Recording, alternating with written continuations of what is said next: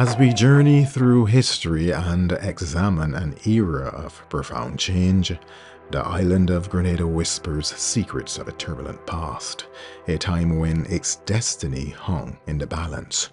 Welcome to another chapter in Resilience of the Spice Isle. I'm Sherwood McCaskey. Thanks for joining us. This episode discusses the coming of Maurice Bishop, the formation of the New Jewel movement, and it explores the embryonic stages of the revolution.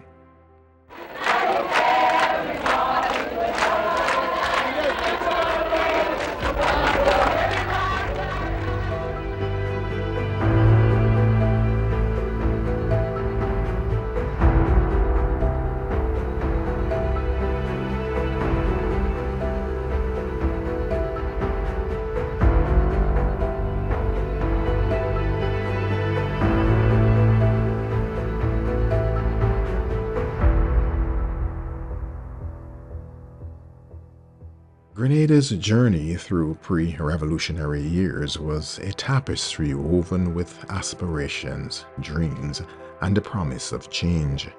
As we recount the events leading to the emergence of Maurice Bishop and the birth of the New Jewel movement, we bear witness to a nation teetering on the precipice of transformation. Historian and anthropologist Dr. Lennox Honeychurch places the events in perspective.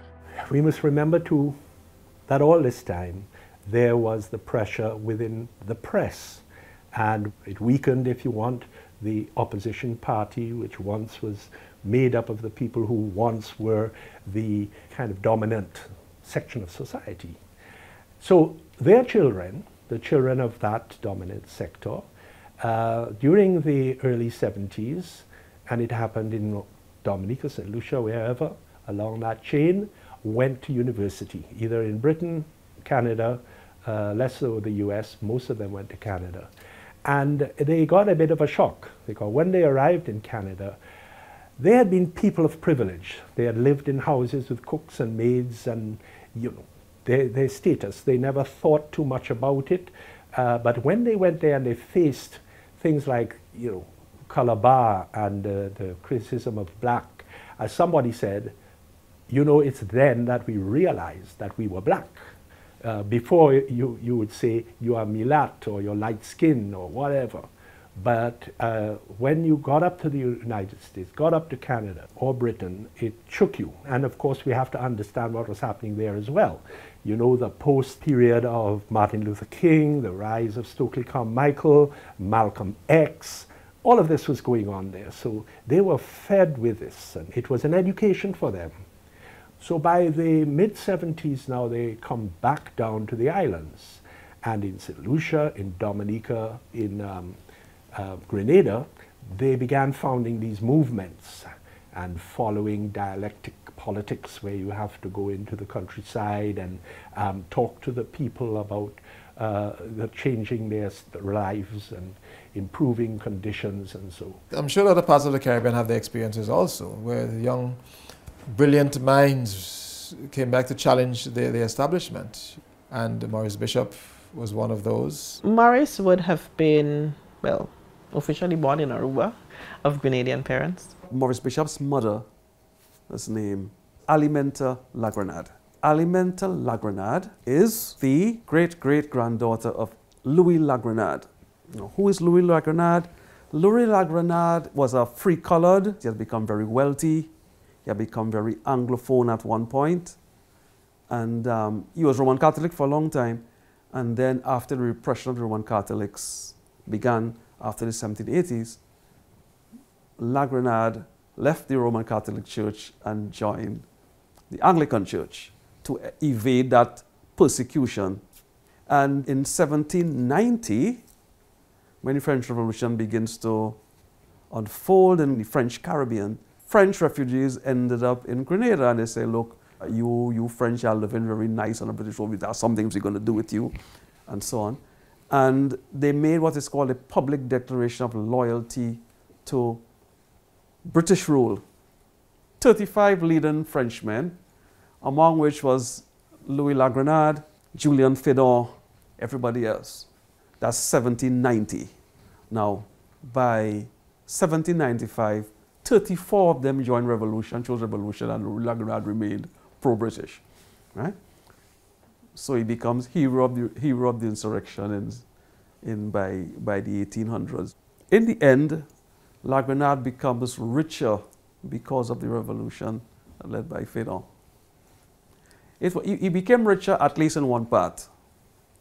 One part because he and his cousin, the one called Jean-Baptiste Saint-Bernard, both of them owned Montgelou estate jointly. But in 1795, Jean-Baptiste Saint-Bernard joins Fédon's group. So, Jean-Baptiste Saint-Bernard is attainted with high treason in 1795. To be attainted is when what is called judgment by legislation. And they were declared to be guilty of high treason unless they submit to justice by a certain date. Jean-Baptiste may either have been dead by then or he refused to submit to justice. But in the end, I think the British allowed Louis La Grenade to keep his cousin's half of the estate. So Louis La Grenade becomes even richer, right? When Maurice returned from Aruba, his education as a member of Grenada's elite began in a serious way. And one of the most important experiences is to visit the tomb of Louis La Grenade. His tomb is very elaborate. His son built his tomb. If you should see it now, it's about 200 years old now, and it still looks impressive. Now, he died a slave owner. He owned the Mardi Gras estate. He owned the Montgelou estate. He owned ships which plied between Trinidad and Grenada and the rest of the Eastern Caribbean. And he also owned properties in St. George's itself. So he was, even by today's standards, Louis La Grenade was a wealthy man. And that is what Maurice inherited. Maurice did not have the hang-ups of people of that social class.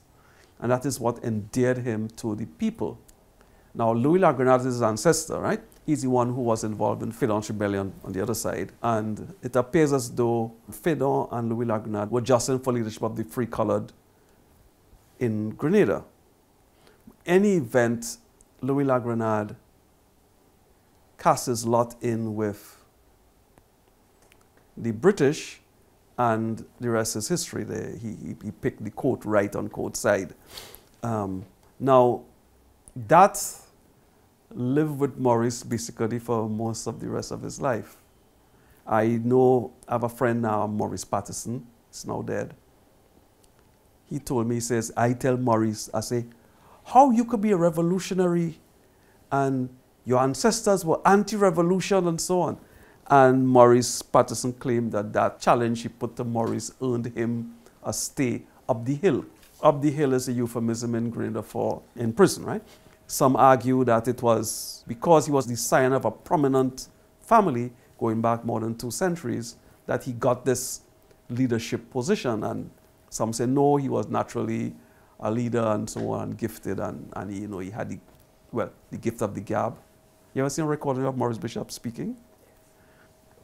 Electrifying. For us to have moved forward in our country, to have doubled the number of doctors and quadrupled the number of dentists, and move from 1 dental clinic to 7 dental clinics, and to have made hospital care and medical care free of all cost for our people, to have introduced a low-income housing scheme, a housing repair program, to be in a position to distribute milk to our people free, to be able, as of 2 months from now, to have secondary education completely free for the first time in the history of our country. I remember when you would hear Maurice Bishop speak, you would say, goodness gracious, I am proud to be Grenadian.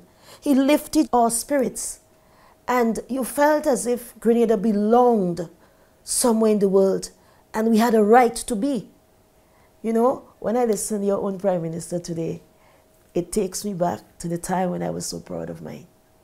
I am still proud of mine now. But we went through a period in the Caribbean where we longed for political leadership, a kind of activist foreign policy that really reinforced the fact that we matter to this world, you know, and the Grenada Revolution really did that for me. I'm not surprised that I studied international politics, because as a little girl, my consciousness was heightened during that period. I was learning about apartheid and imperialism at 12 years old. And it really made a difference to my social consciousness. So he comes from this very prominent Grenadian family going back 200 years. He returns with his family to Grenada right in the middle of that social unrest at which Eric Gary was at the center. So he was about 7 years old at the time and so on. He has another interesting distinction. Today, one of the most prominent banks in Grenada is Grenada Cooperative Bank. It was established in 1932, and his family, from since the early times, were very supportive of the bank. What is important here is that in 1946, one of his aunts living in Grenada purchased shares on Maurice's behalf. So Maurice is at about 2 years and a half. He becomes one of the youngest of the shareholders of Grenada Cooperative Bank. We can see that the family had those aspirations for Maurice. His father wanted him to be a doctor and so on. But he chose law and they respected the decision and he became very prominent. He went to school, he did very well in school. Maurice would have gone to Presentation College, would have gone off to study law in the UK, and would have been influenced by different personalities of the time. So whether it was Malcolm X, USA, whether it was Fidel out of Cuba, whether it was Nyerere, you have him starting to read and be exposed to a lot of that sort of revolutionary ideas and ideologies. Maurice was studying, doing law in England at the time when some strange things going on, right? Enoch Powell, Rivers of Blood speech, right? Racial discrimination, and he was subject to that. Now, you would appreciate Britain in the 1960s. Britain is trying to recover from World War II. With all the men being killed during the war, they are looking to rebuild Britain. And as Louis Bennett say, we end up recolonizing Britain. And the British didn't like that one bit. So Maurice had his own strain of Black Power stuff. And then I think that Maurice became familiar with the materialist conception of history whilst in Britain. So he came back a completely different man in 1969, 1970. And he immediately plunged himself into radical politics.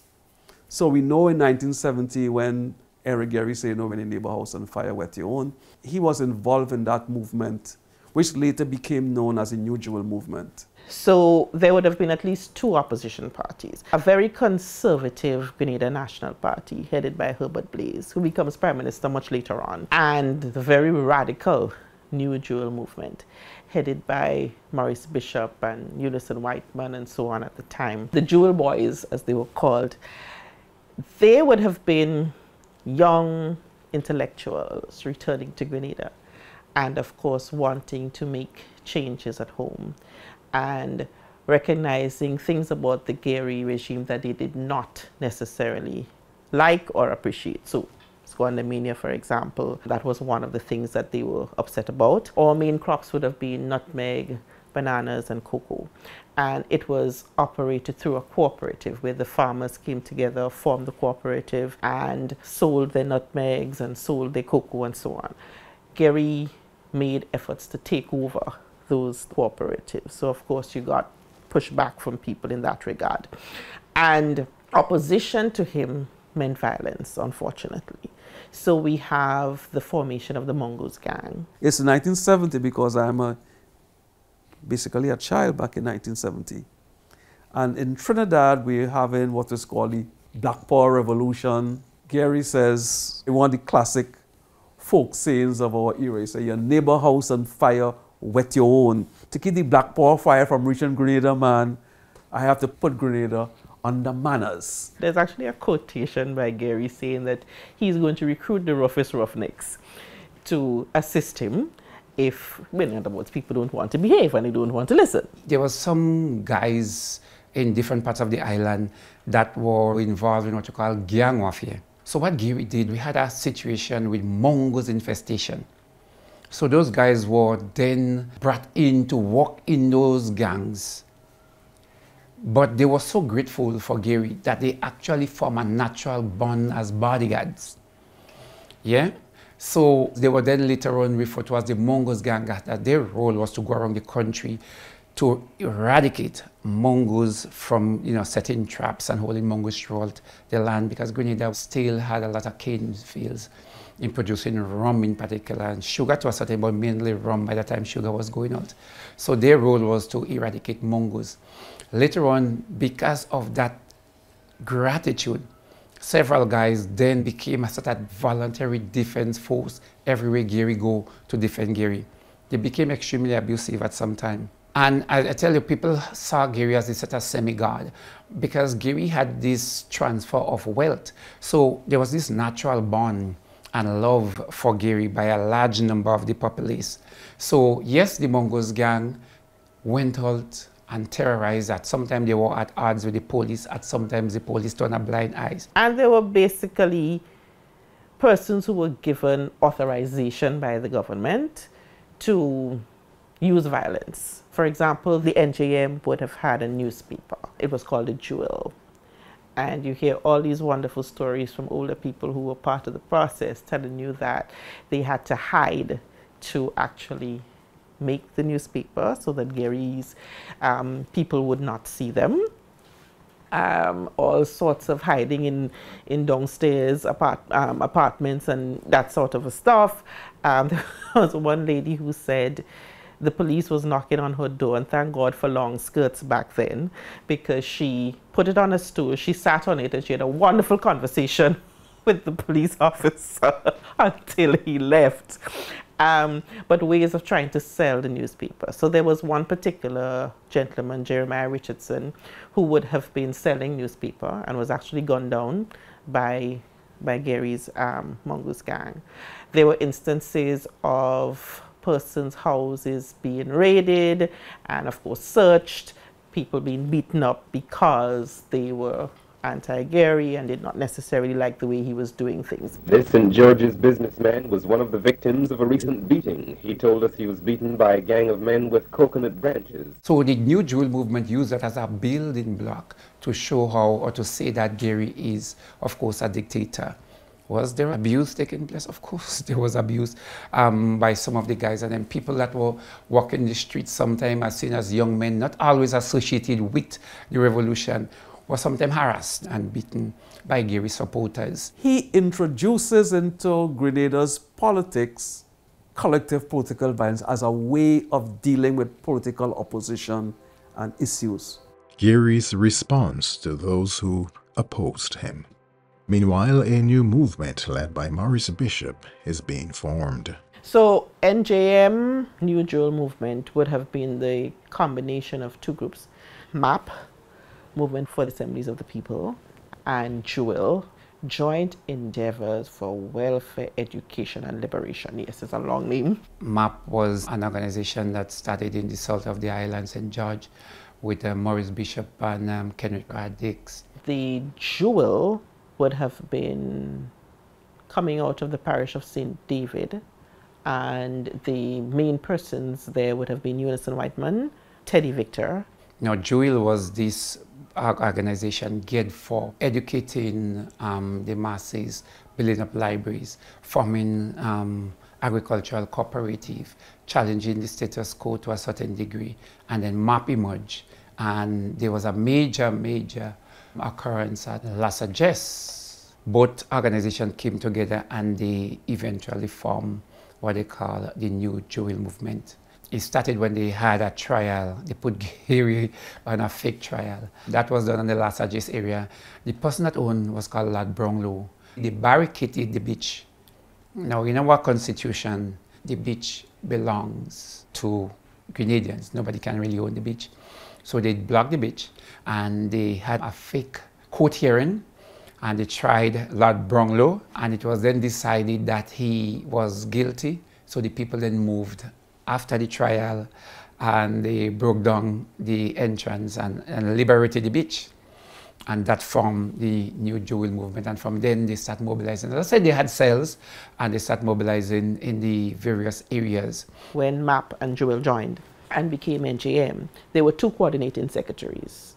Maurice and Unison. With time, as the new jewel changed, the leadership of it would eventually morph into Maurice as Prime Minister and Bernard as Deputy. When the jewel would have been its early stages of the NJM, Bernard Coard would not have been physically in Grenada.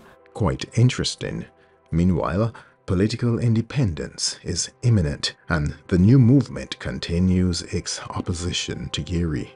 This time around, it is manifested in the convention at Simon Pavilion on May 6, 1973. There is the People's Congress at Simon in 1973, and they were marching for what it was anti-colonial because they were discussing independence.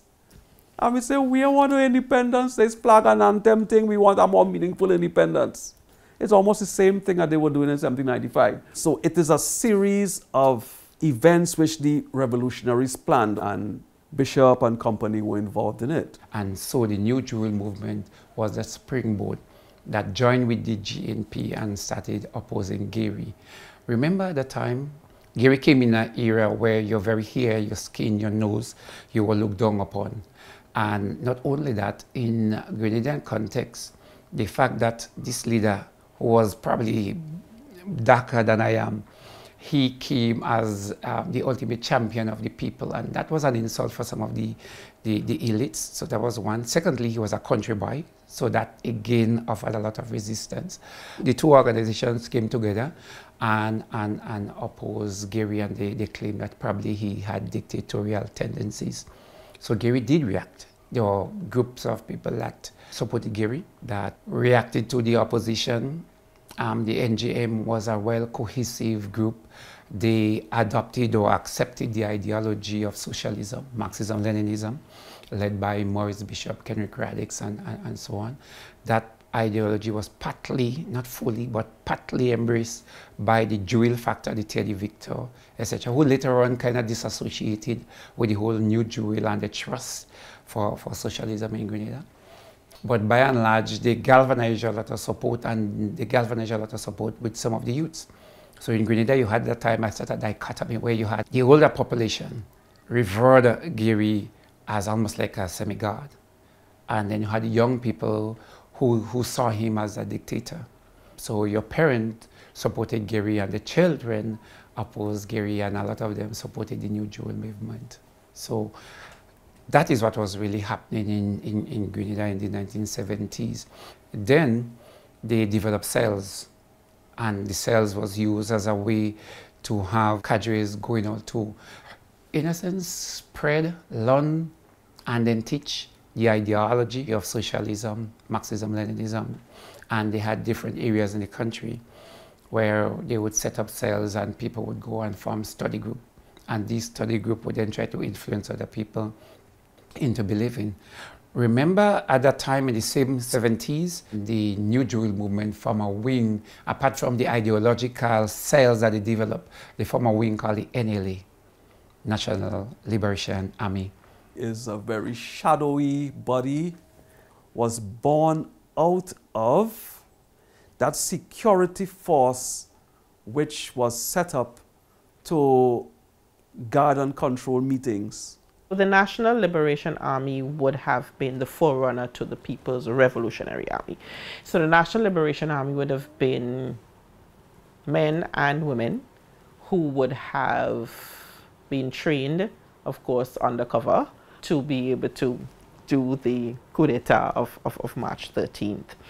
Once the coup d'etat takes place, the National Liberation Army is dissolved, and members of that National Liberation Army, quite a number of them, form the People's Revolutionary Army. There were at least one or two people who did not move on from one to the next, but quite a number of them did that seamless transition from NLE now to People's Revolutionary Army. And Lane would have been one of them. That period there, just before independence, when you have a meeting, let's say at Sotes, the advance party would go up maybe a day or two before, check the place out, where you have to leave your arms and so on, in case of anything, and then you go back. A military operation, basically. So the security may have come from the need to protect the security of the leaders especially when they came to speak and so on. I came to know people who were involved. The original, but I think it was 12, they used to call them the 12 apostles. And 12 of those NLA men went to get military training and they went to Guyana. There were also guys from the Sandinistas that came to Grenada. There was an organization called CLAT, C-L-A-T at that time. And they used to have serious seminars in places called SAMS in the St. Andrew area. Under that umbrella, they brought guys from Nicaragua to have discussion on guerrilla warfare and how to develop socialist cells, etc. So there was actually a dual process of preparing for military activity, but also with a need to arm the population with a political ideology, and that was on socialism. We also had the advent of Rastafarianism. And I believe more than anything else, Rastafarianism played a major role, mainly through music, the reggae music, that was more a liberating factor than socialism itself. Rastafarianism is the only movement that has been formed in recent time that actually did not depend on books or had what you call a pyramidal structure. Rastafarianism was spread through reggae music. The whole ideological context was based on the listening to. And in reaction to what was happening, where our leaders were then identified and was compromised or bribed, Rastafarianism as a movement became a diverse, non-pyramidical structure. So there was no leadership where you could pinpoint that you had to go to that tabernacle or to that church or that person was a prince. So it's the only movement of its kind that was formed since then. There is, when you look at the scene presently, you have not seen anything where music was the medium you used to inform yourself. So Grenadians embraced that. It facilitated a cultural and spiritual movement that celebrated African heritage and promoted resistance to the cultural imperialism of the colonial past. Resilience of the Spice Isle continues next week at the same time. I'm Sherwood McCaskey. Thanks for your time.